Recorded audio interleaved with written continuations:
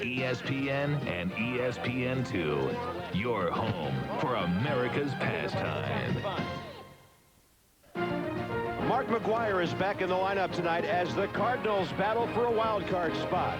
Phil Nevin and the scrappy Padres would love to be the spoilers.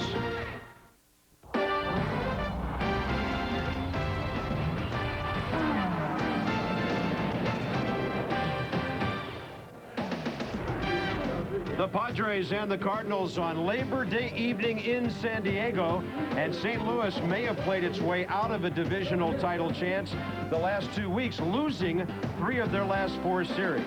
But the Cardinals are still in the wild card race, 3.5 back of the Cubs, who won today, and the Padres are borderline wild card teams as they got over the 500 mark with a wonderful 13-inning win against Randy Johnson and the Diamondbacks here yesterday.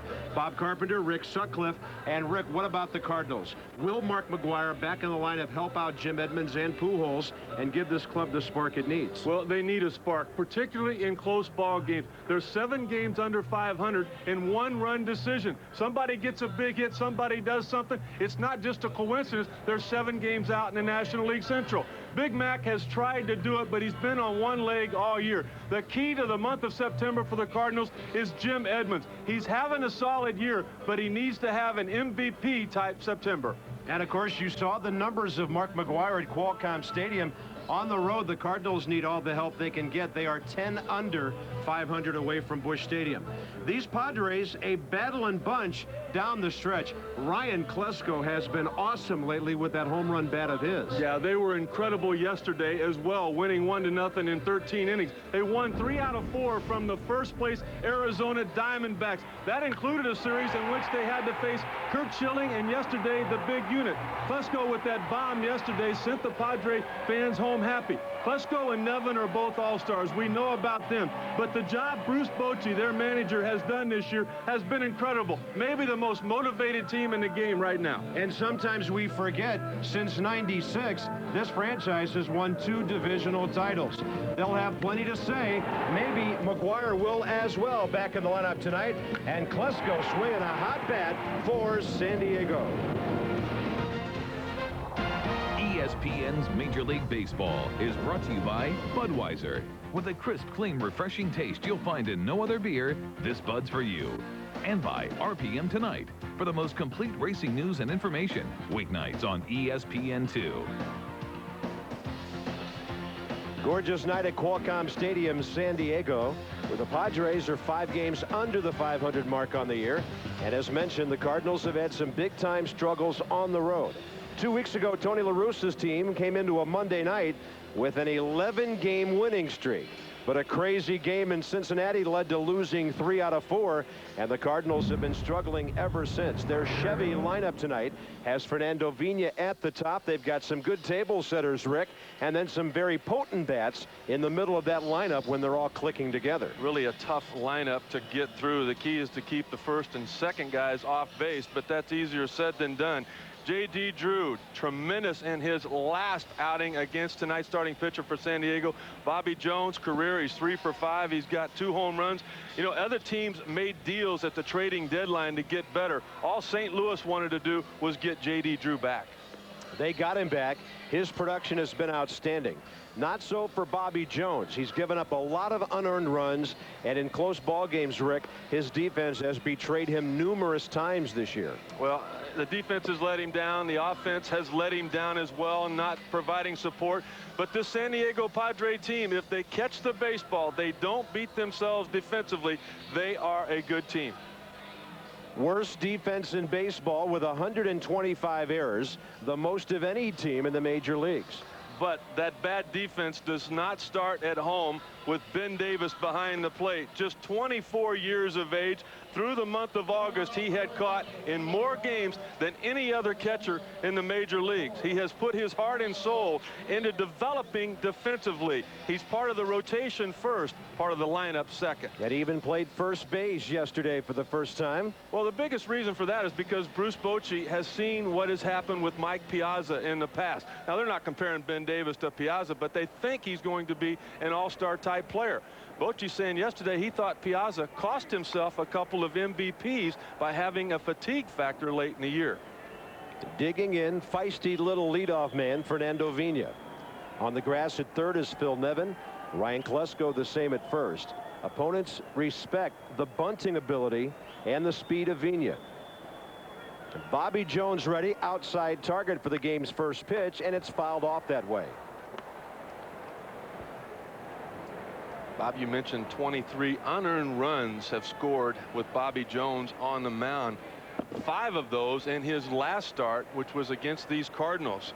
Jones just lasting an inning and 2/3, allowing 9 runs overall. Vina shoots one off to the left side again. This little guy is up among the league leaders in hits. Only Luis Gonzalez and Rich Aurelia come into this Labor Day with more base hits than Vina's 167. His rookie teammate Albert Pujols right behind him. And he's had a batting average of right around the 300 to 305 mark all year. Bobby Jones ready for the 0-2.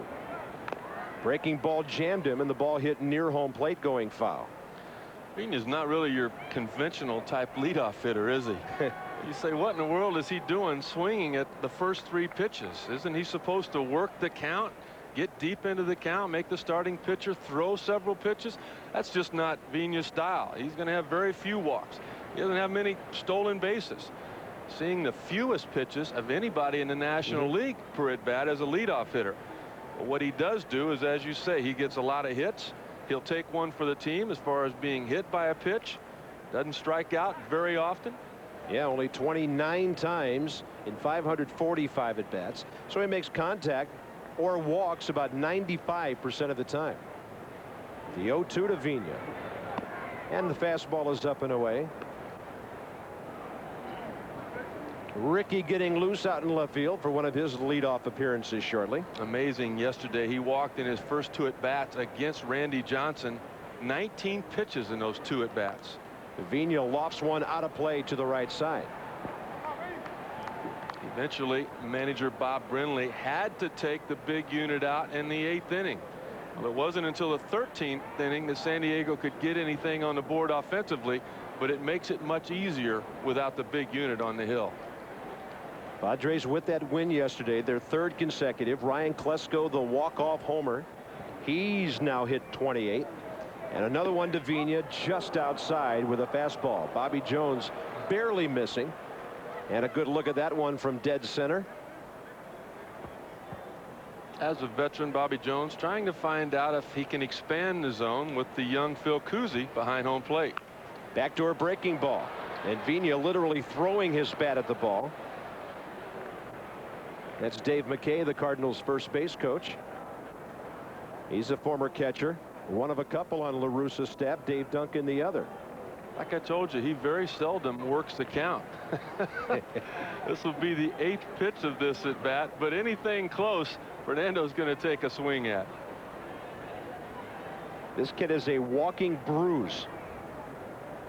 This is pitch number 8. At least it will be after Vina gets back in there. He fouled a ball off his leg above his knee the other day in L.A. He ran into J.D. Drew in a collision last week. He is really beat up. And he gets one out to right center. A slow break for Trammell, and Vina hobbles down to first base with a leadoff hit.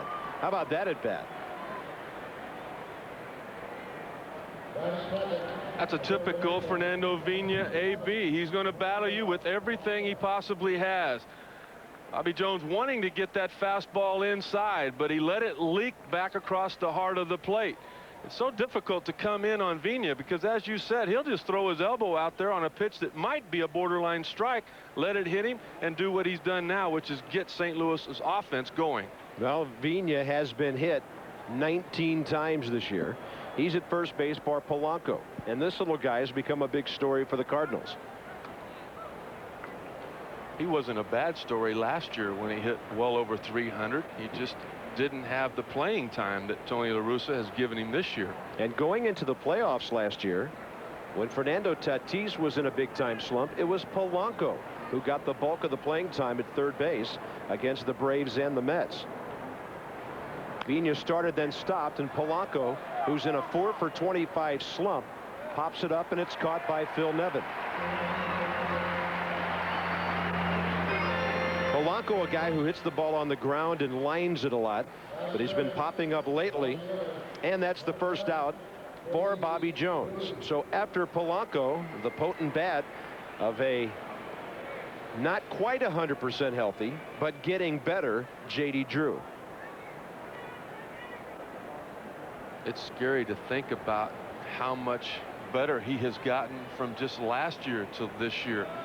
Drew last year was kind of a one-dimensional type player. I mean, as far as offense was concerned, he wanted to pull the ball, hit it out of the park. He uses the whole field now. Off-speed pitch low.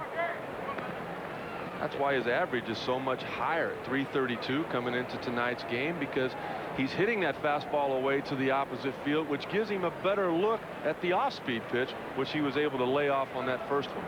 Great success against Bobby Jones in his career early for Drew. 3 hits, 5 at-bats, 2 homers, and an off-speed pitch has him out in front.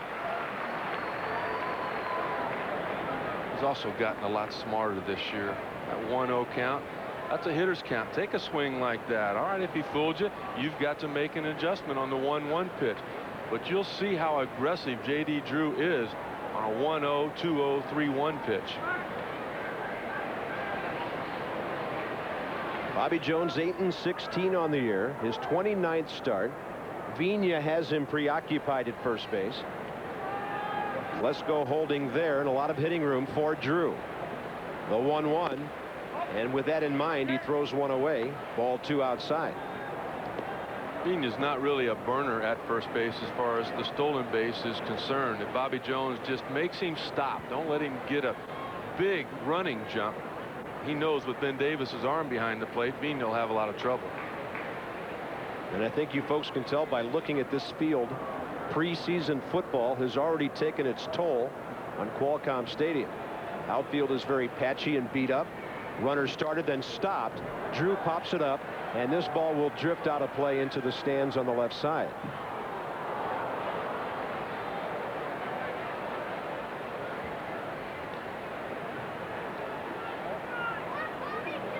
You're just trying to get the attention of Bobby Jones, because what happens there when he takes off, Ryan Klesko's job with a left-handed hitter in the box particularly is to say, there he goes, because Ben Davis's view is blocked. He can't see that first step of Vina.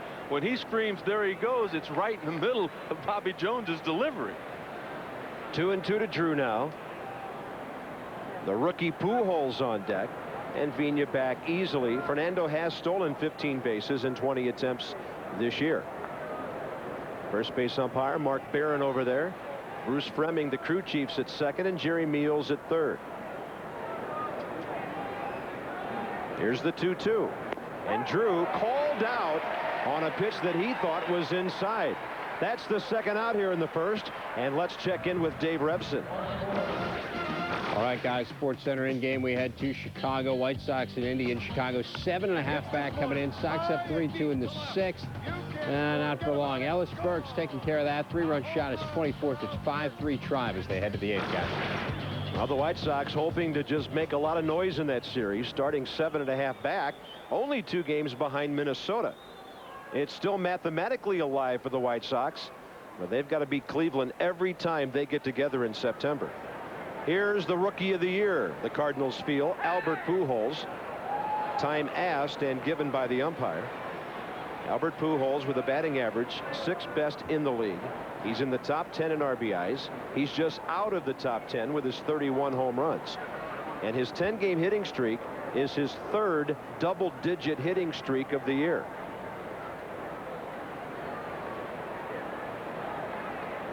Big, slow curve, strike 1.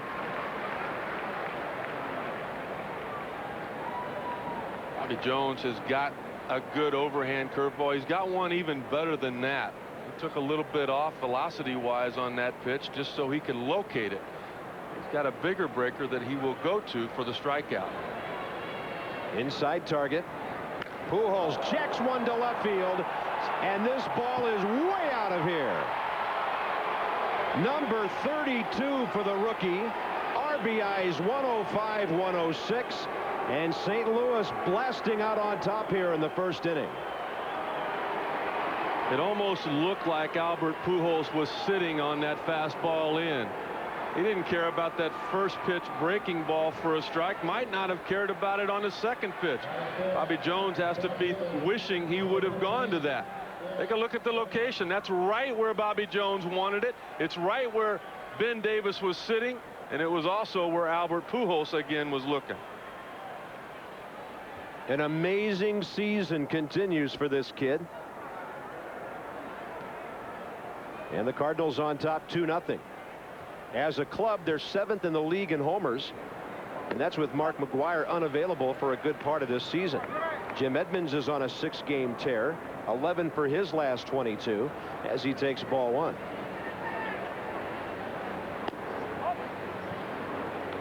Edmonds wore out the Padres during that 3-game series in St. Louis last week.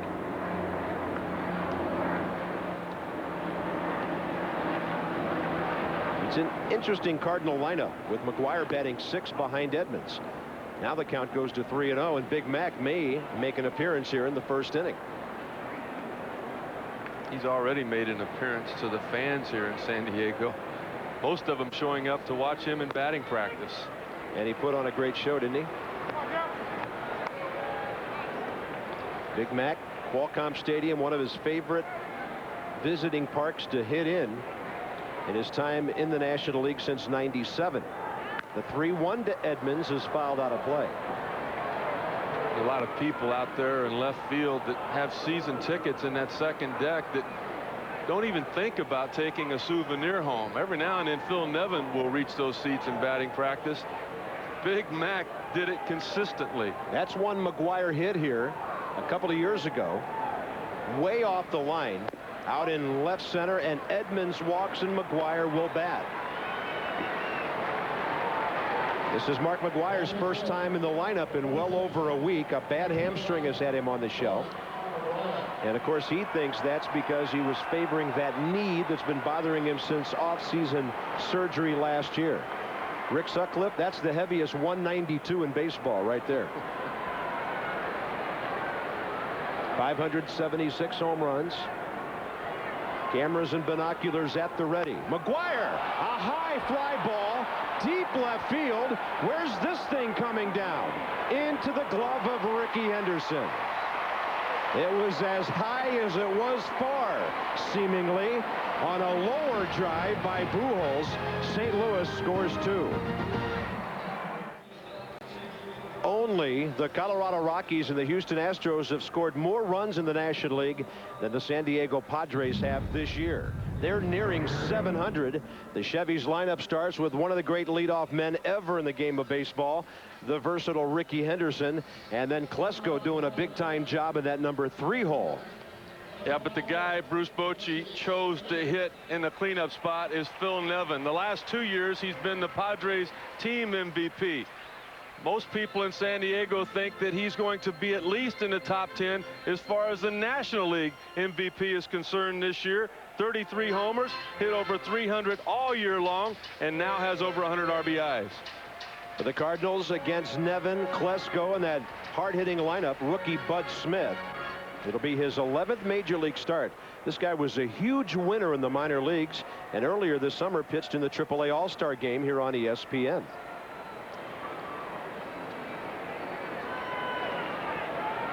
He'll face Ricky with a batting average of only .217 and a first pitch fastball in there. But as usual, Henderson's on base average very high at .362.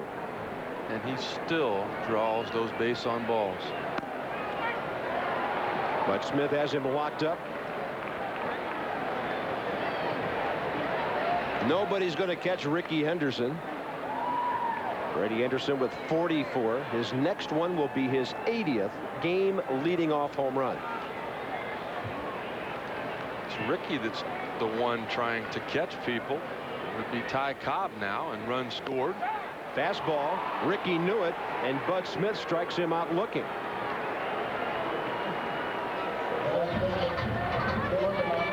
Bud Smith was talking before tonight's game about how he has faced Ricky Henderson before. He faced him earlier this year in AAA. He said he was able to strike Ricky out one time. Ricky also hit a double. And he said it was so funny because here's a no question Hall of Famer, as Bud said, talking to me as a kid. When he struck him out, as he went off, Ricky goes, "Hey, you got me, kid." And Ricky's like, Bud was going, "He's talking to me?" And then when Ricky hit the double, he said, "I got you that time, kid." Here's D'Angelo Jimenez, the shortstop. Now, are you sure Ricky said "you got me," or did he say "you got Ricky"? Oh, because he often speaks of himself in the third person. Well, Bud said one thing he did was he got Ricky called up to the big leagues the following day. That tells you how much playing the game of baseball, how important it is to Ricky Henderson that he would go down there to try to get back. A 2-0 pitch fly deep to right center. Edmonds is cruising for it, and Jim Edmonds puts it away for the second out. Ryan Klesko, after a dramatic moment here yesterday, will bat in the bottom of the first. What a different story it's been for him here in San Diego as opposed to Atlanta. In Atlanta, they platooned him. They said he couldn't hit left-handed pitching. Well, in the 10th inning, Bruce Bochy sent him up there to pinch hit against a left-handed pitcher. It didn't work out then, but it did work out in the 13th when he sent the Padre fans home happy. 28 homers, 108 runs batted in, and the rookie lefty has a strike. The Atlanta Braves are hitting .260 as a club, not very high in home runs. I think they'd kind of like to have this bat in their lineup right now, wouldn't they? No question. The 0-1. It's a little bit outside. Tell you how far he's come against left-handed pitching. Bud Smith saying the one guy that he did not want to let beat him tonight was the left-handed hitting Klesko. Well, that may be that 3 for 3 against Bud last week, huh? With a home run. That ball right off the end of the bat, and the count goes to 1-2.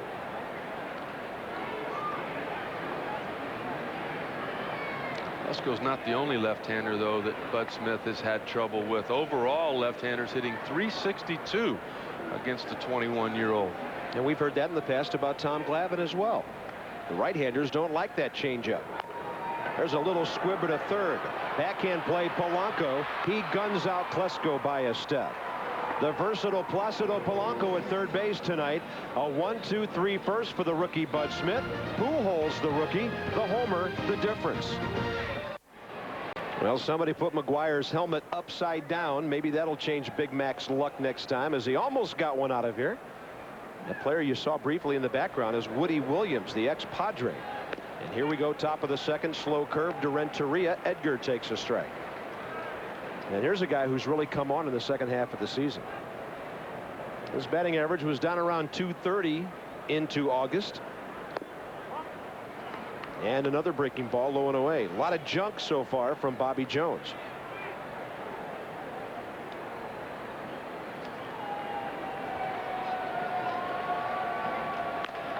And a chopper to third will be just outside the line foul. A lot of people think the reason Edgar Renteria settled down was because the trading deadline had passed. You know, it always bothers somebody when the possibility of you moving to another team exists. You've got family, you've got friends to be concerned with, and it's even more difficult for a young guy like Edgar Renteria to handle that. Dave Duncan alongside Tony La Russa. As always. And the 1-2 hit pretty well to right, but right there for it is Bubba Tremmel. Edgar Renteria in the last week of July was batting .235. He's been flirting with .260 or so lately. He's the first out in the top of the second. And next up will be the young catcher Eli Marrero. Marrero, 2 years removed from thyroid cancer. It really sapped his strength. He's now back healthy. There's a lot of tools in that young man's body. Power's there. Arm strength is there. Speed, incredible speed for a catcher. Could develop into one of the best, but at 27 years of age, Tony La Russa wants to start seeing those statistics pop up. There's a drive right at Phil Nevin. Marrero couldn't have hit the ball any harder. And Nevin right there to stab it at the hot corner for the second out, and Bud Smith, the pitcher, will be the batter. This is one thing that you can never get to show up in the box score. That's a rocket. It should have gone as a hit. Fernando Vina got a hit earlier in the top of the first inning on a bloop that probably shouldn't have been. There's Bud Smith with a one-hopper out to short. Backhand by Jimenez. And the Cardinals go quickly in the top of the second. Phil Nevin will be the Padre leadoff man in the bottom of the second. We've got some serious power coming up next. The intensity of Tony La Russa. His defense has been an often changing one this year. And Mr. Pujols has played first, third, right field, and left, like he is tonight. And it's really given Tony La Russa some flexibility as far as his lineup is concerned. Get certain bats in there against certain pitchers, guys that have good numbers, because of the versatility of his youngster. He's made 20 errors this year, but he's made a lot of good plays at different positions where he's been stationed. And a fastball up and into Phil Nevin gets the bottom of the second underway. Nevin, a former #1 draft choice who bounced around a bit. The Astros, the team that originally drafted him out of Cal State Fullerton in '92, to the Tigers 3 years later after Houston gave up on him. A stop at Anaheim and a shot out to short. Renteria got the glove down and scooped it up. And 4 straight for Bud Smith to start off the game. Next up will be Bubba Trammell. That's really been the strength of this ball club. It has been put together by trades made by that man there, Kevin Towers. Getting Phil Nevin from the Angels for Andy Sheets. Picking up Bubba Trammell, who's in the box now, for Donnie Wall. Ryan Klesko for Kilvio Veras. Just look at the lineup that's out there in place right now, and it is, with the exception of Ben Davis, not been through the draft. It's been through trades. Bud Smith ahead of Bubba Trammell, who's 0 for his last 9.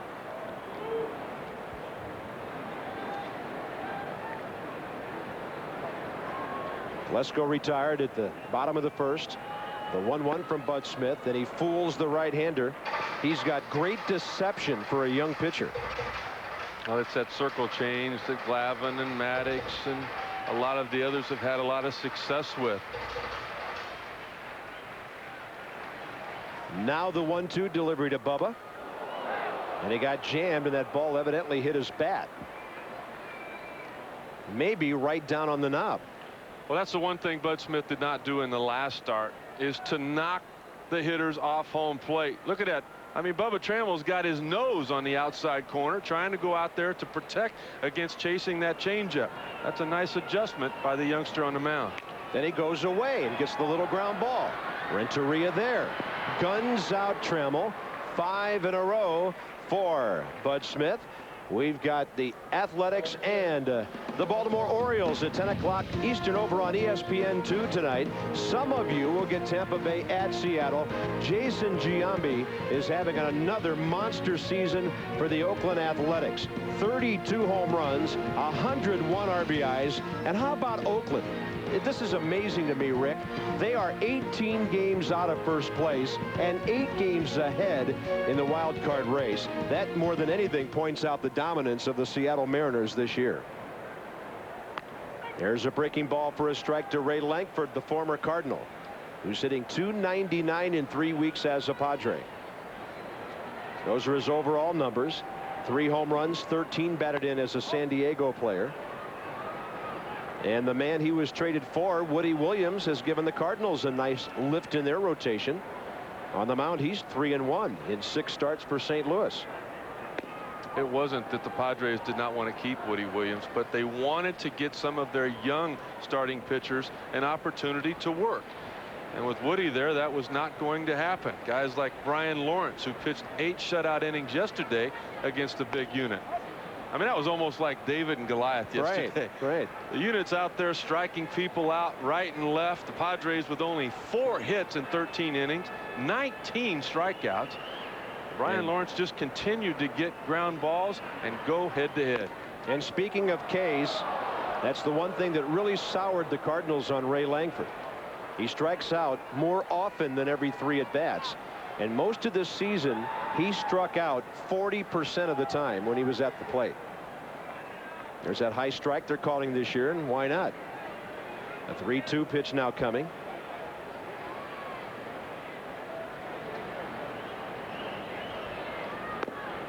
And a fastball that misses just off the plate inside.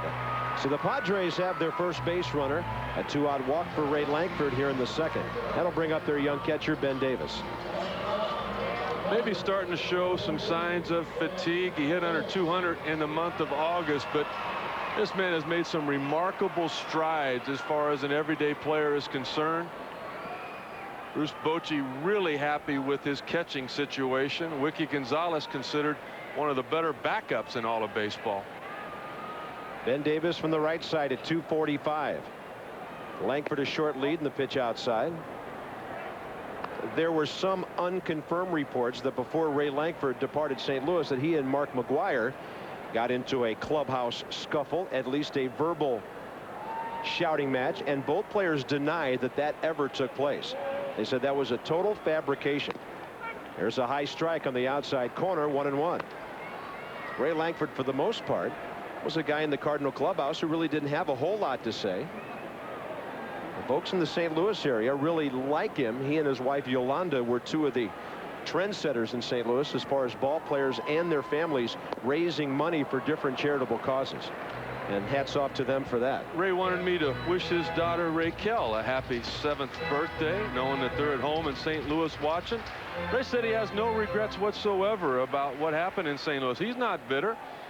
It just became time for him to move on, and he's happy where he moved on to here in San Diego. The 1-2 pitch on the corner.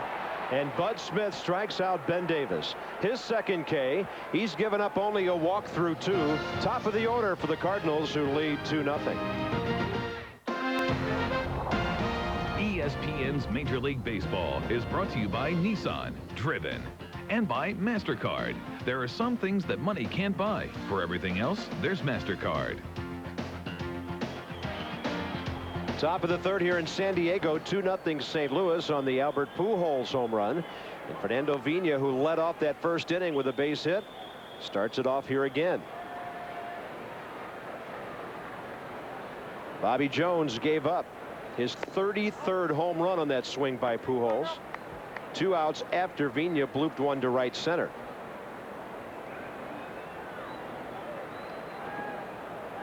There's a lot of home runs allowed in this ballpark tonight. That ties Bobby Jones with Woody Williams. And a one-hopper up the middle. Jimenez, nice play. Got him by a step at first. That's how the third inning gets underway. It continues with an update from Dave Revson. Bob, thanks. We head back to Chicago. Top of the 9th. Einer Diaz facing Bobby Howry.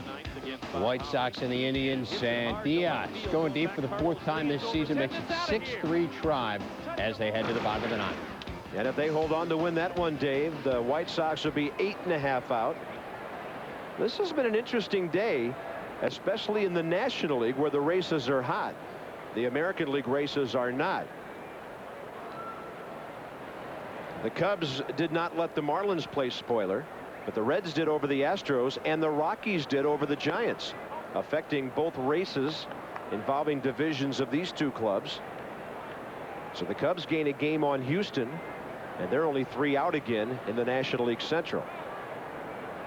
The 2-0 to Polanco, and he lines it up the middle. That's what Tony La Russa has been seeing from Placido Polanco most of this year. The Cardinals, a lot of them to a man, consider Polanco the team MVP this year. He's really been an unsung hero. The way he has played third base so flawlessly. So many clutch hits, particularly in the first half of the year with all of the injuries. Not a strikeout type guy, really a perfect hit and run type guy when Tony La Russa chooses so. Here's J.D. Drew, and Tony La Russa, this is interesting. Former American League manager, and there's a little tapper by Drew foul. Tony La Russa hits and runs as much as any manager in baseball. Some folks consider him the old American League style, sit around and wait for the 3-run homer. But Tony's had to be a lot more creative the last year plus with the McGwire injury, and the Cardinal offense still based somewhat on power, more small ball than in recent years. Off speed, and Drew out ahead of it and couldn't keep it fair. And how about this guy, Albert Pujols, now 32 home runs, 106 RBIs. Clear some room on your mantle, youngster. You're going to have some hardware coming home with you. That Rookie of the Year trophy, well deserved. And now he's 6 RBIs away from tying the Cardinal rookie record. He already has 3 other rookie records under his belt. 1 and 2 as Drew takes one outside. Albert Pujols has already set Cardinal rookie records for homers, extra base hits, and total bases. And you're talking about guys like Joe Medwick, a Hall of Famer who was a Triple Crown winner. Slow liner, staying with it, Damian Jackson. He got the out, but his bobble cost him a possible double play. You know, a lot of times that bobble would not mean anything. You still got the lead runner, but when the guy coming up now, who would not be coming up if you converted to double play, has 32 home runs, one of them coming in his last at bat, that bobble could become large. 32nd time Pujols has left the yard. You mentioned he's already done things that have never been done in the history of St. Louis, Carp. I'll tell you what, he's doing things that have never been done in the history of baseball for a rookie. Down the middle. Never been a guy to hit over 330 with 30 homers and 100 RBIs as a rookie. As it stands right now, that had never happened until this man got to the big leagues. No balls and 1 strike. Outside target. Fastball right over the middle of the plate. Bobby Jones sort of missing his spot. And that was an impressive streak when Pujols, for more than a month, reached base every game. Nobody else has done that. Now the target's outside. And Pujols lays off. The other thing is, and it's a little moot point here with 2 outs, but Pujols this year has hit into 21 double plays. It's not because he's incompetent with a man on first. He hits the ball so hard, 1-hoppers all over the place for double plays. Pujols fooled with that breaking ball on the outside part of the plate. Bobby Jones wanted that pitch. The 1-2, runner goes off speed, base hit right center. J.D. Drew's got good speed. He motors over to third. And there's the versatility of Albert Pujols. Powers the ball out of here, dumps one to right center. La Russa with a runner on the move. And the intelligence of Albert Pujols to realize he almost got rung up striking out on the previous pitch. Bobby Jones came right back with it. But this young 21-year-old matured. He knew that he better expand his zone a little bit. J.D. Drew off and running with 2 outs. It's certainly a straight steal on his part. But as you said, movement on the part of Tony La Russa. You get the defense out of position, and you get a man at home plate with an opportunity to put 3 on the board. And a big man that is. Tony La Russa hoping for a 2-out RBI from Jim Edmonds, who 1 month ago had an RBI total in the mid-50s. Now he's flirting with 90. The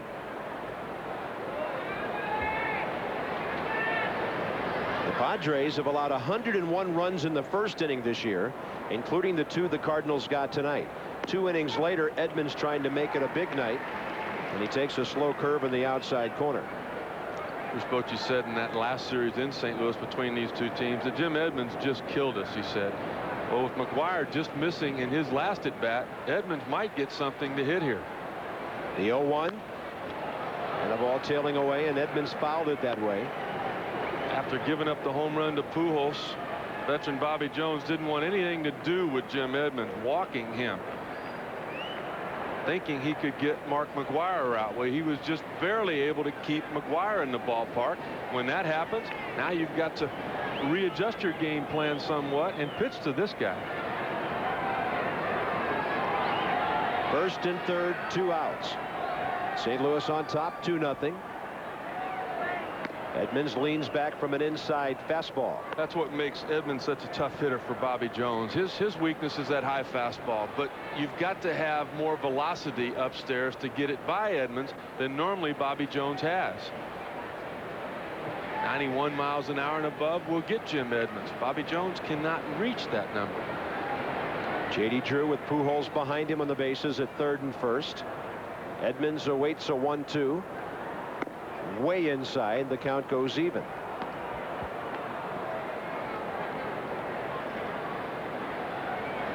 Bobby Jones with a career mark of 82 and 72. Bruce Bochy got him after an outstanding season with the Mets, 11 and 6 last year. He's always had a high ERA. He's always been a hittable pitcher, but for the most part a winner. The 2-2. Edmonds skies it a mile high out to center. Twilight time here in Mission Valley, and Ray Langford puts it away. Cardinals leave a couple. They've left 3. Mark McGwire will lead off next inning. St. Louis still on top, 2-0. ESPN Holiday Baseball from San Diego. Bottom of the 3rd. St. Louis on top, 2-0. Damian Jackson, the number 8 hitter for the Padres, their second baseman, leads off. There's a guy who's done some leading off in his career. And respecting his speed, Polanco is on the grass at 3rd. Padres without a hit. They've had 1 base runner. A 2-out walk by Ray Langford last inning. Bud Smith changing speeds, getting ahead.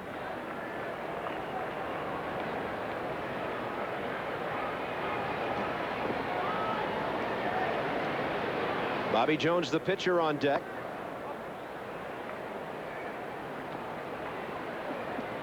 A lot of changes for Tony La Russa's ball club, particularly the pitching staff from a team that won 95 games last year.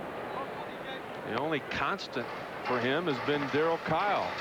Last year he had Rick Ankiel, Pat Hinken, Andy Bennis, and Garrett Stevenson. Now the other 4 start with Bud Smith, Woody Williams, Dustin Hermanson. And a guy who will be flirting with 20 very quickly, Matt Morris.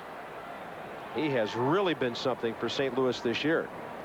At the All-Star game in Seattle, everybody in the National League talking about his potential, his demeanor. There's a look at the youngster. Young man out of Seton Hall. Change up for the strikeout.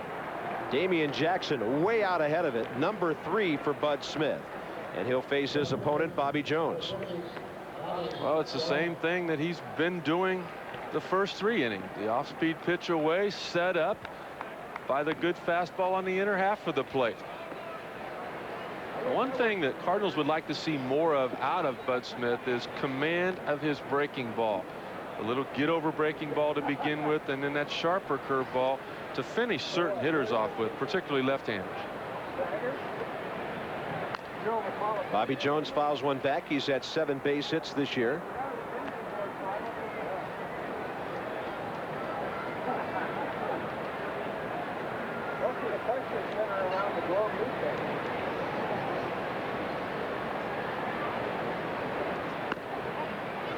Not going to happen here tonight with a 2-run homer by Albert Pujols, but how about 4 games yesterday? 1-0. First time in Major League history. Wasn't that something?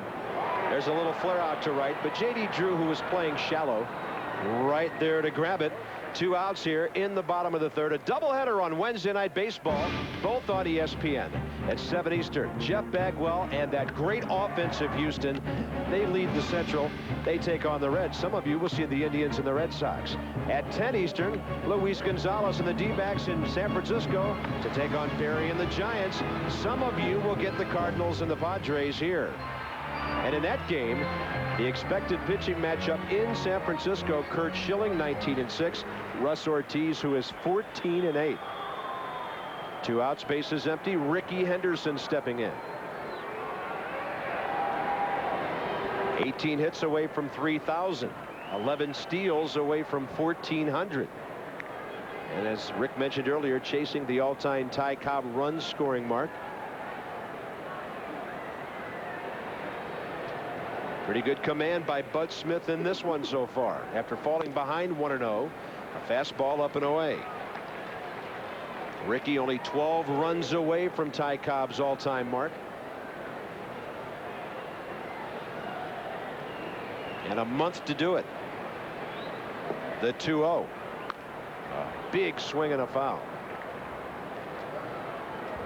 Just incredible to think about the names of the people Ricky Henderson has passed this year in runs scored.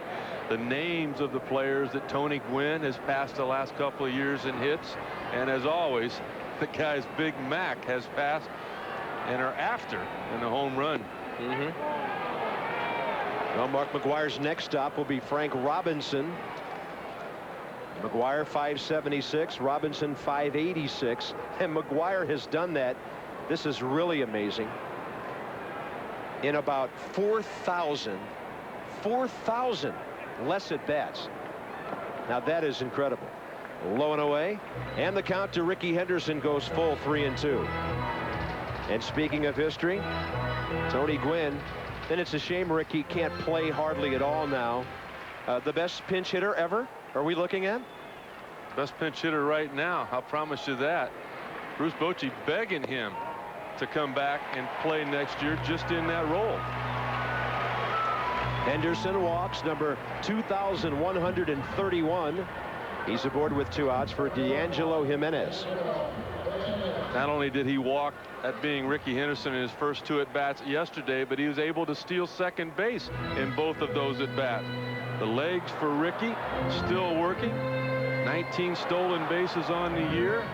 1 more, obviously his 20th. That would be the 23rd straight year with at least that many. No, you can reserve a couple of plaques in Cooperstown for those guys. Ricky going, don't even throw it, Marrero. Totally stole that on the pitcher. And then on top of that, it was an off-speed breaking ball. And that's number 1,390. He just, even now, after 23 years at the big league level, finds a way to touch home plate and help his team win ball games. The 0-1. Crowd's getting excited for the first time. Now I know what he was saying to McGwire, Ricky. Rick, he said, hey, Mac, I'll see you later. I'm not going to be around long, Big Mac. If you got something to tell me, say it quick. And then he saw Vigna not even taking a throw, so he went in standing up. 1-1, changeup outside. And everybody in this ballpark, with the exception of the guys in Cardinal red and gray, want to see a base hit here and get Ricky 1 run scored closer to Ty Cobb.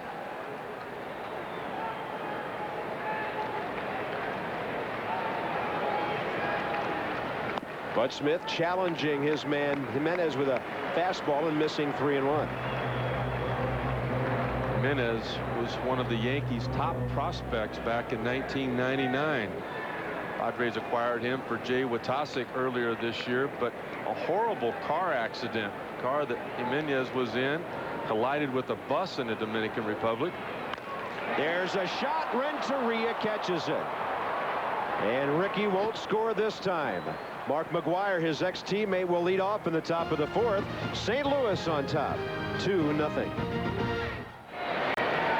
Mark McGwire hit the night's longest ball earlier, but the problem was it was too high, and it was caught by Ricky Henderson. Second at bat, fair ball down the line for Nevin. And McGwire retired, leading off the top of the 4th.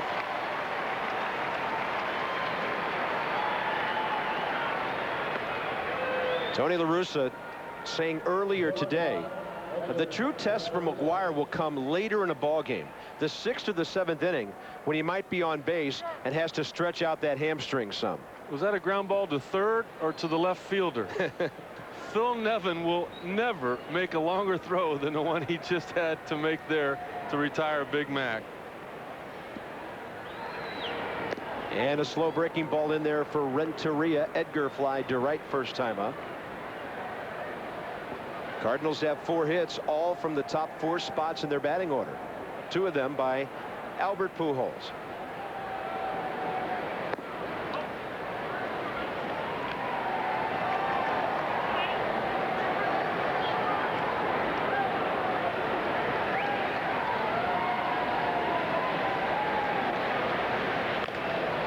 And another off-speed pitch by Bobby Jones had the right-handed batter reaching. St. Louis has really had their way with this San Diego Padre ball club, particularly here in San Diego. They have won the last 7 affairs in which they've outscored the Padres 41-18. This is a different ball club, though, now in San Diego. Some pieces to the puzzle have been added. Low and inside, ball 2. Ray Langford, one of those pieces. Bubba Trammell. And they've really settled down as far as the infield is concerned since Jimenez was acquired from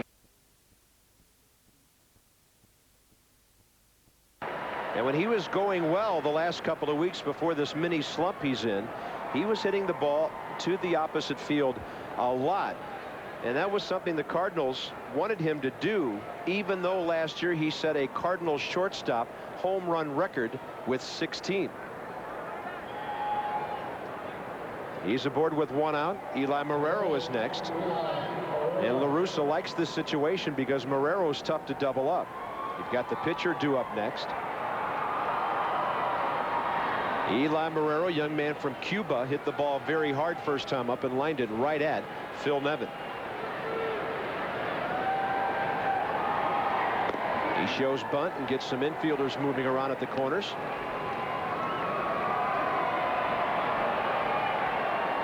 I really thought this guy Marrero was going to turn out to be a power guy. We know that the cancer had something to do with those numbers being down, but in the early 90s I saw him in Louisville on a rehab assignment, and he was hitting balls out right and left at the AAA level. He's a free swinger. He's got a big swing, and that is a fair ball. Well done by Nevin. Marrero, I don't know if he thought that ball was going to be foul. He didn't leave the batter's box right away. Exactly right. That's a young mistake. You're supposed to play catcher tonight, not umpire. To begin with, he starts out thinking that he's an umpire. All right, look at that. Why am I standing there? That split second right there would have put a lot more pressure on the throw from Phil Nevin and possibly gotten an infield base hit for Eli Marrero. Here's Bud Smith with a runner in scoring position and 2 outs. Smith still looking for his first major league RBI, and a breaking ball is in there.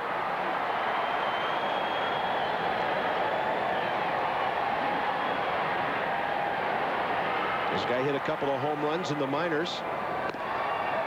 He had a real live home run bat when he was an amateur player.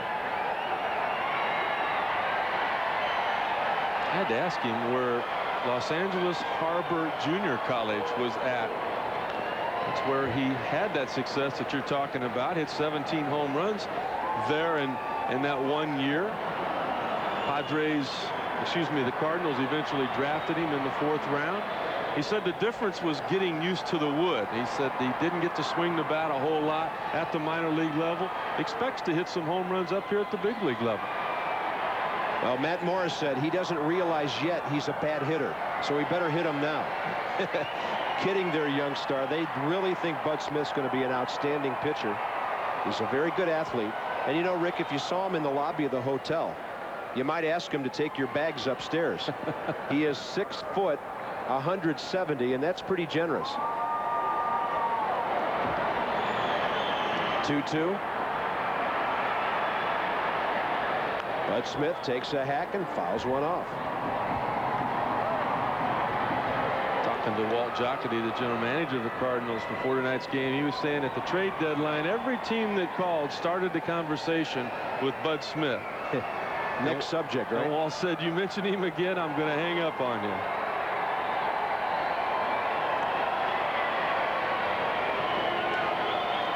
The 2-2 delivery is fouled over there. Rick Ankiel is with the Cardinals right now. It's what you would call sort of a call-up, but he's not activated. And there's Rick, who's in uniform for batting practice, and you'll see him playing some catch. And that's such a great story. It is so good to see him back at the big league level. I asked him the other day in LA what he learned about himself and all that time at single-A ball this year, and he said, I learned that the game can be fun again. What he went through last year and early this year was not fun at all. Ricky Henderson takes the fly ball of Bud Smith. Cardinals strand their 4th runner of the night. Ryan Klesko leads off, and then the power of Phil Nevin. ESPN Major League Baseball, Qualcomm Stadium, San Diego. Gorgeous early September, Southern California night. With a guy who's hit a couple into the night lately, Ryan Klesko leads off. Phil Nevin to follow. Padres without a hit. They've had a couple of walks, 2 runners stranded. Klesko stepping in, batting, 3-0-1. And the Bud Smith breaking ball just stays inside.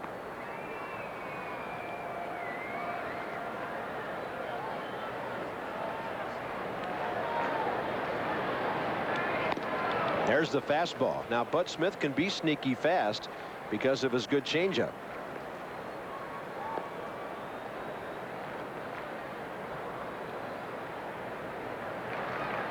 Outfield will play this big guy to pull. He goes the other way. Cardinals have one outfielder who doesn't play very deep, and that's Jim Edmonds. Nobody could catch this one yesterday off Byung-Hyun Kim. Well, Ryan Klesko thought he was going to have the day off with the big unit on the mound. Most left-handed hitters do find themselves on the bench, but when the big unit came out, Klesko came in and was a hero for San Diego. Yeah, Klesko said to his manager, Bruce Bochy, I thought I was going to get the day off. And Boch said, if you'd have hit one in the 10th inning, you wouldn't have had to play in the field. As it turned out, it took 3 more innings, and the Padres got an emotional win over the Diamondbacks. And a bouncer foul outside first. This is the first year for Ryan Klesko that he's ever driven in over 100 runs. He would have done it last year at 92 RBIs for San Diego, but he had a shoulder injury that kept him from lifting the second half of the year, and he lost a lot of that strength. 2-2 the count. Klesko leads off bottom of the 4th, and he hits one high in the air out to center. Jim Edmonds under it, still battling that twilight here, and he finds it. Edmonds is Southern California boy. He knows all about these conditions out here, and he plays as shallow as any center fielder in baseball. Well, that's not a bad thing to do here in San Diego, where at night the ball just does not carry well. Klesko frustrated, thought he had something from Bud Smith to work with, and after going 3 for 3 against Bud last week, he's 0 for 2 tonight. Here's Nevin, who bounced out to short first time up, and the backdoor breaking ball stays outside.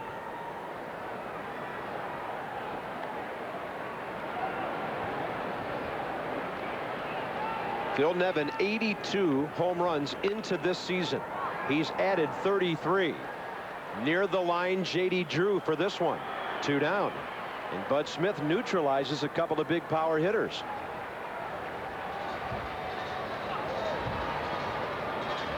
Bud from Torrance right up the road. Cardinals took him in the draft 3 years ago. And he was generally considered as a prospect behind both Rick Ankiel and Chad Hutchinson, a former Stanford quarterback who has really struggled with his control at the AAA level. Now Bud Smith, the brightest Cardinal young pitcher in the organization. Yeah, he changed a lot of people's mind last year when he was their minor league pitcher of the year. A combined 17-2 in AA and AAA. 2 7-inning no-hitters. He was 12-1 at AA Arkansas with a 2.32 ERA.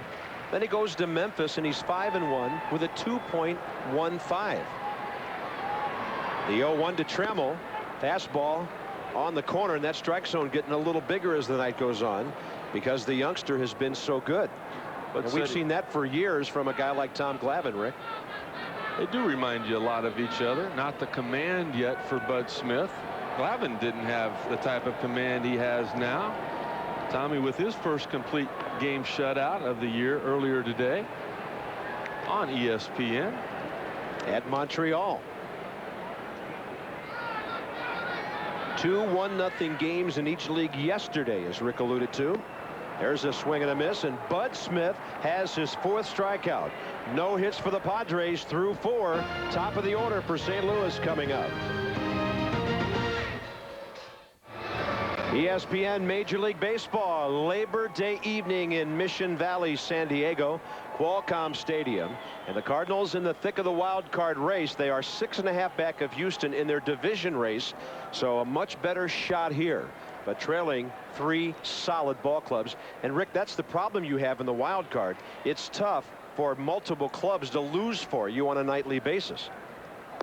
Toughest thing for the Cardinals is winning on the road. They've got as many home wins as the Seattle Mariners do this year, but Cardinals have not found a way to succeed away from Busch Stadium. 45-25 at home, 28-38 away from Busch Stadium. Lost 2 out of 3 just recently up in Los Angeles. 3 out of 4 at Cincinnati before that. with the Padres series in St. Louis in between those two. The 1-1 to Vina, off-speed pitch and a little tapper foul. Fernando Vina has given the Cardinals not only good offense in that leadoff spot this year, he has made some of the most spectacular defensive plays you'll ever see. And Rick, I'm not sure I've seen a second baseman in a long time who has better, quicker hands on the double play than Fernando Vina. He is a Gold Glove candidate this year. Plus, he's not scared.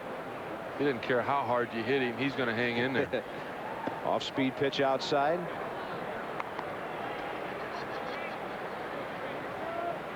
And the Cardinals still can't figure out the call they got in Cincinnati 2 weeks ago tonight, when Vina, charging a ground ball right at him, was called for obstruction on a runner, and the umpire said the ball was by Vina. He was coming straight in for it.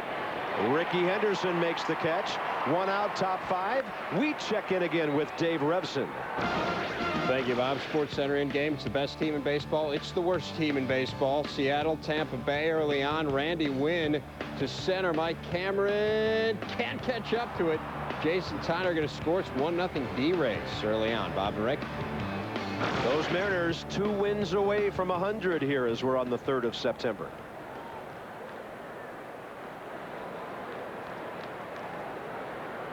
Next up, Placido Polanco for St. Louis takes a big bending curveball for a strike. Rick was alluding to the Cardinals' home record. Comparing that to Seattle, they are 45-20 at home. Up the middle, Polanco's got a through the wickets base hit, and he's 2 for 3. And that's his game, hitting it on the ground. You don't see him pull the ball that often. He loves center field and right field.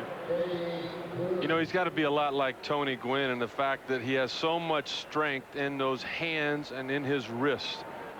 Tony had some weights in spring trainings for years that he actually had weights that he could screw into the knobs of his bat just to work on that hand strength. You saw Polanco there, kind of fooled, but able to just throw the wrist at it and hit a bullet past Bobby Jones. He's on for the second time, and here's J.D. Drew, who's 0 for 2. How about this with Polanco? His 39th base hit to center field was that one. And Drew trying to move him along. Polanco's had 49 hits to left, 43 to right field. He's just such a smart player. He's got 9 stolen bases this year and only 11 attempts. Off speed outside, and JD seeing a steady diet of junk from Bobby Jones tonight. But the fact that Bobby Jones has fallen behind in this at bat probably goes to the disturbance that Polanco is creating over there at first base. And there's a disturbance in the on deck circle.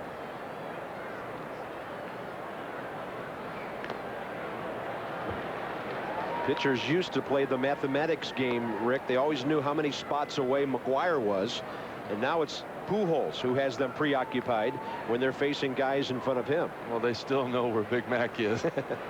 Safely in the dugout at the moment, but maybe not for long. 1 on 1 out, top of the 5th. Cardinals on the Pujols 2-run homer lead in the 5th. You've got Jim Edmonds to deal with before McGwire. Drew takes ball 3 outside. Polanco doing such a great job down there. On the first 2 pitches, he was really jumping around like he might go. On 2-0, he just sat still. He wanted to give J.D. Drew a good pitch to swing at. Now, when the count was back to 2-1, he started jumping around again. Short lead. Now a medium lead. Well, look at him. I mean, he's got Bobby Jones's attention here.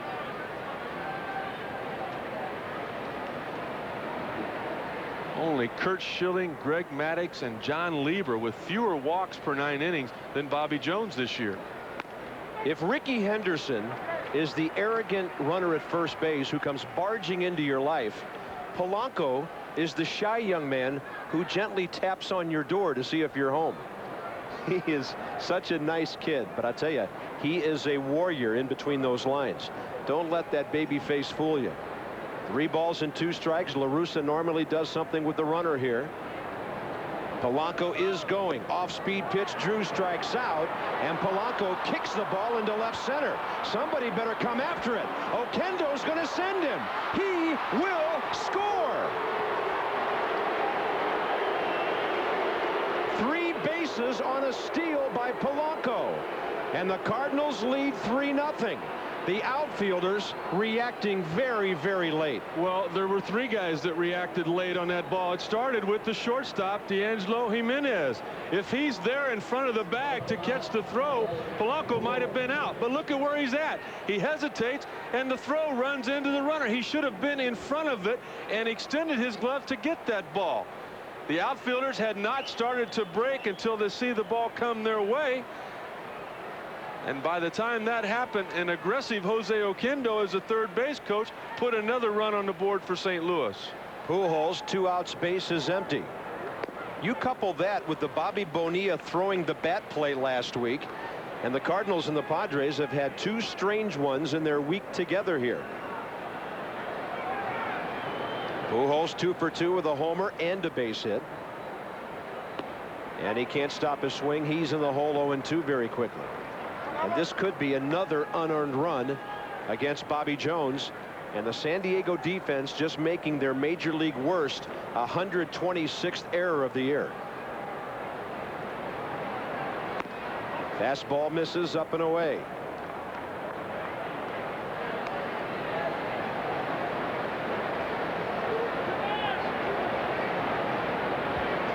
One and 2 to Pujols.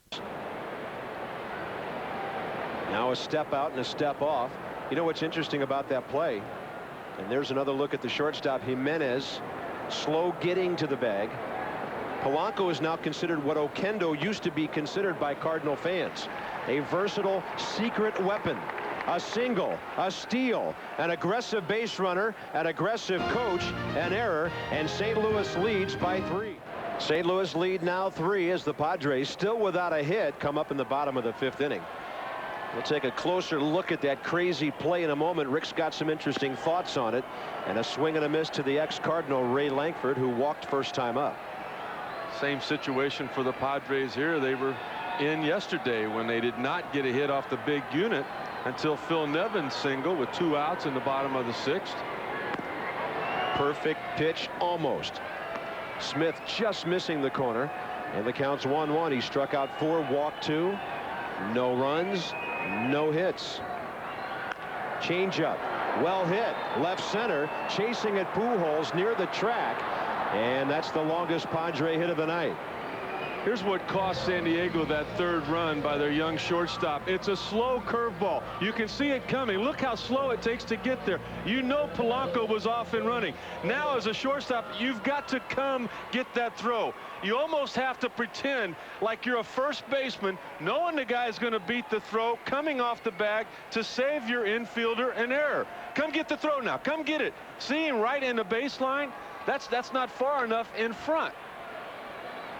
And that's something that you know with the outstanding infield instructors the Padres have. Alan Trammell at first base, Rob Piccolo, Tim Flannery.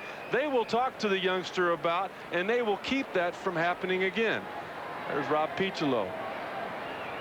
Trammell, of course, coaches first. Flannery coaches 3rd. Bud Smith to Ben Davis, a strike 1 count. And he goes with a fastball and gets him 0-2.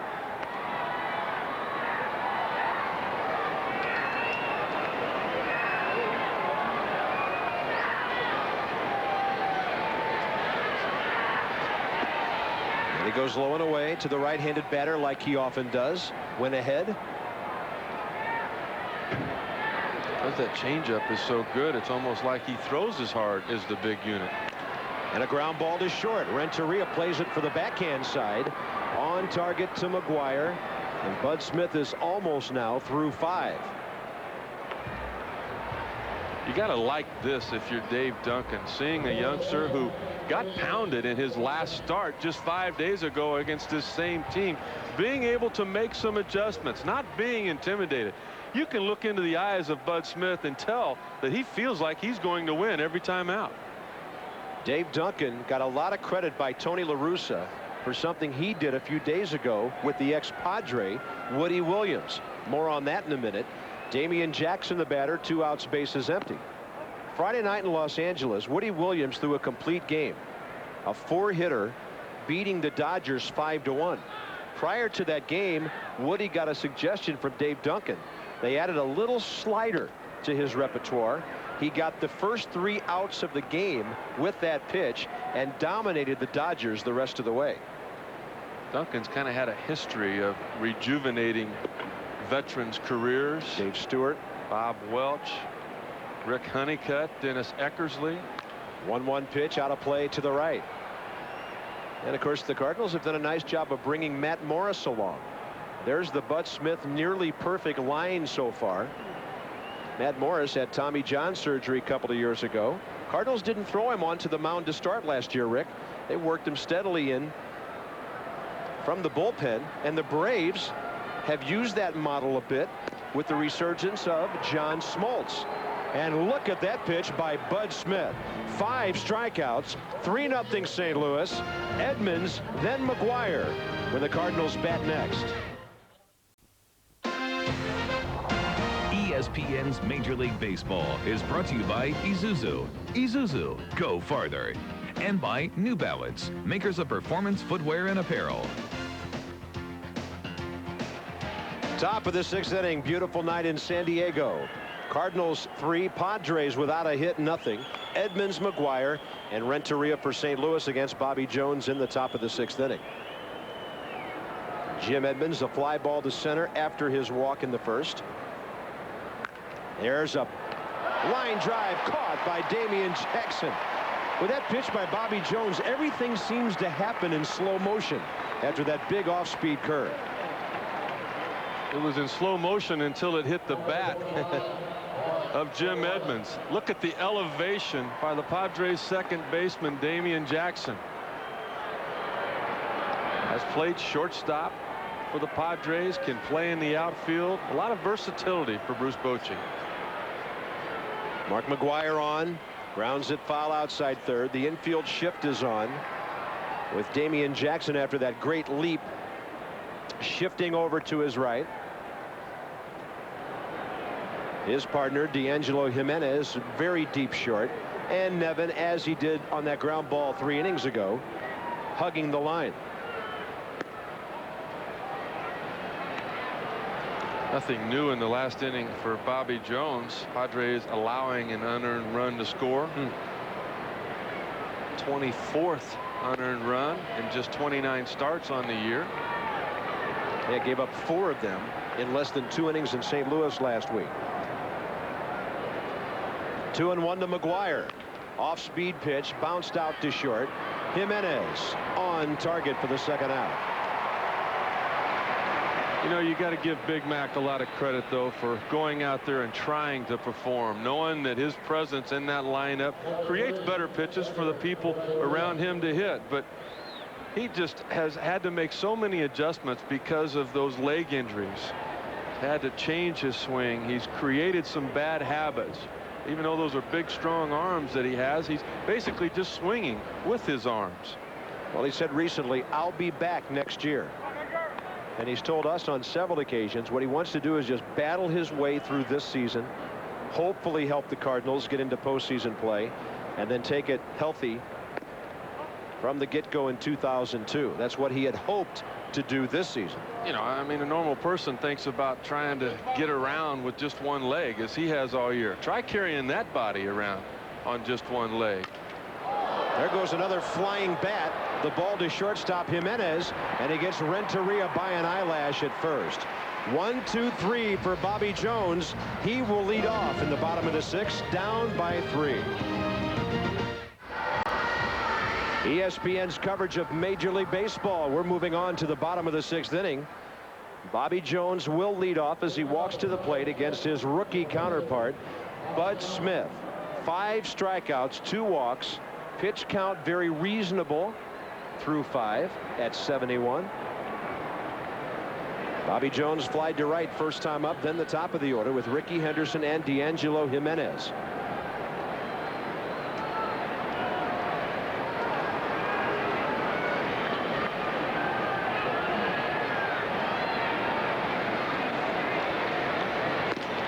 And the fastball misses away.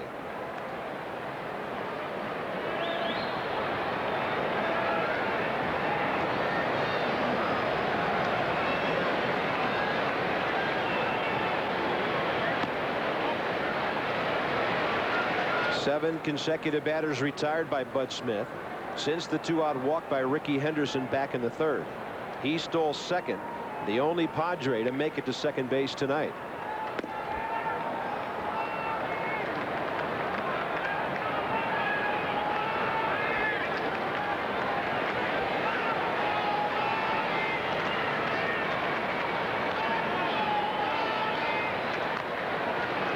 And the foul tip will even the count 2-2. Here's another situation here why Padre players enjoy doing what they do for Bruce Bochy so much.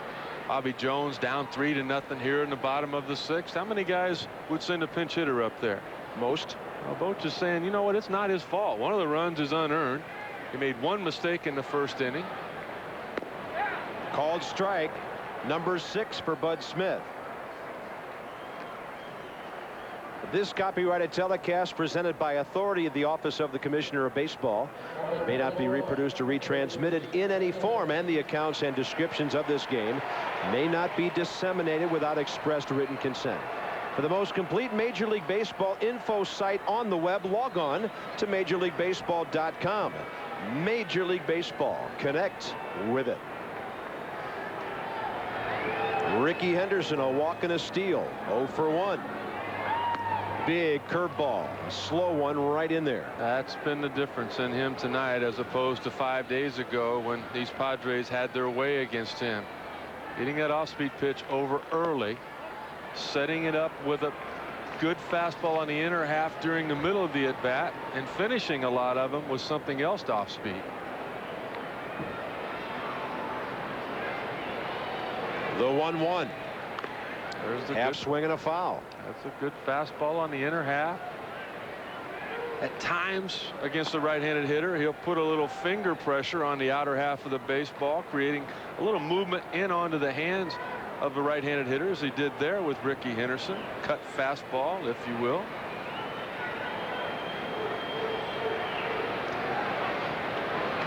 The 1-2 delivery. And he baited him, but Ricky wasn't biting, and he took it outside to even the count. Who knows the strike zone better than Ricky Henderson? Well, nobody playing right now. Maybe the 2 best on the same team. Tony Gwynn, who might be the other. The 2-2 outside. They differed in one respect, though, that Tony Gwynn has a bigger strike zone at which he has more pitches that he can handle than anybody that we've seen in the last 20 years. He can get on top of that high fastball. He can hit the ball 2 inches off the ground. 3-2, high and tight, and Bud Smith has his 3rd walk of the night. And there's a running threat walking down the first base. Ricky's there with 1 out. Jimenez the batter, then Klesko. I don't know how many times in Ricky's career a manager has given him the stop sign. This would probably be one of them, though. You're down by 3 runs. You're running out of outs. You've only got 11 left. You hope that D'Angelo can get on base, and then the thunder for the Padres would come up with Klesko and Nevin. Well, maybe this time he says, McGwire, Ricky's hanging around for a while. We'll see. He's hanging around on the first pitch, and suddenly Bud Smith unable to find the strike zone a bit. He's going to do what Polanco was able to do to Bobby Jones when Bobby fell behind in his at bat against J.D. Drew. Ricky's going to try to distract the youngster, and nobody has been a bigger distraction over the years than Mr. Henderson. Part of Cardinal lore, the great Lou Brock, who Ricky passed. He was a guy who would arrogantly get on first base and take a big lead and dare you to throw over. That's another ball, and Marrero will go out and talk to his pitcher now. So what's this conversation about, partner? Well, it's about throwing strikes, and I would imagine Dave Duncan's not far away from coming out and saying the same thing. Marrero has so many tools athletically behind home plate. He's not the mind and the game calling of a guy like Mike Matheny, who is the other catcher, the starting catcher normally for St. Louis. 2-0 the count. High pop up on a 2-0 pitch. Renteria will take it near the bag. Ball sailed on him, and he's got it for the second out. Maybe not what the Padres were looking for on a 2-0 count with a young hitter standing in there, and he pops it straight up. Well, a lesson for young hitters listening to our broadcast: on a 2-0 or a 3-1 count, if you do not make contact, make sure you're well out in front of that pitch. Don't get jammed or chase a bad pitch as D'Angelo Jimenez did there. I mean, that's why managers give players the green light. 2-0, 3-1 is because they're going to take a good swing. That was not there. 0 for 2 is Klesko. He tried to tee off on a big breaking ball that got away from him. He was swinging literally from the heels there. All right, Big Mac doesn't count because he's almost unhuman with his strength. But nobody, with the exception of Big Mac, hits the ball any harder or swings any harder than Ryan Klesko. No balls, 1 strike. I guess when the Padres played the Dodgers and Klesko swings 1/2 inning and Gary Sheffield the next, some air definitely leaves the ballpark on that night. Pretty amazing about both of those guys that they hit over 300 just about every year as well. Cardinals have some activity in their bullpen here in the 6th inning. It's another one of their young pitchers who they brought back from injury this year, Luther Hackman.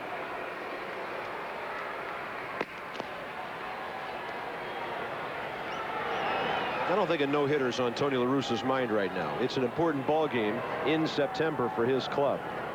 Here's the 0-1. Fastball up and away. But it almost looks like here in the bottom of the 6th inning that no-hitter might be on Bud Smith's mind. We mentioned he had a couple of them last year at the minor league level. All of a sudden starting to really try to pinpoint his location instead of challenging people. Similar pitch, similar call, and it's 2-1. Looked like Tony tapped his right arm down to his bullpen coach Marty Mason as if to find out if Hackman was ready if needed. He's warming up in earnest down there. That's not a leisurely game of catch. Phil Nevin in mind here, maybe, if the inning would continue. 2 balls and a strike to Klesko. Swing and a miss as he saw a pitch up and in.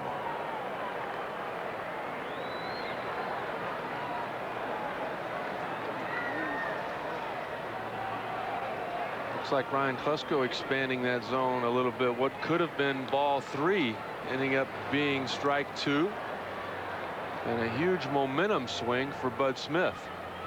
18 pitches this inning. He started with 71 through 5. The 2-2 delivery. Ricky going high fly ball right field. J.D. Drew, it's foul. It's in the bullpen, and he's got it right up against the rail.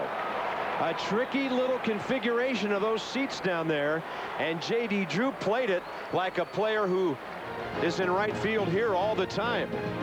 Nicely done. Padres gone, and we go top 7. Still no hits for San Diego.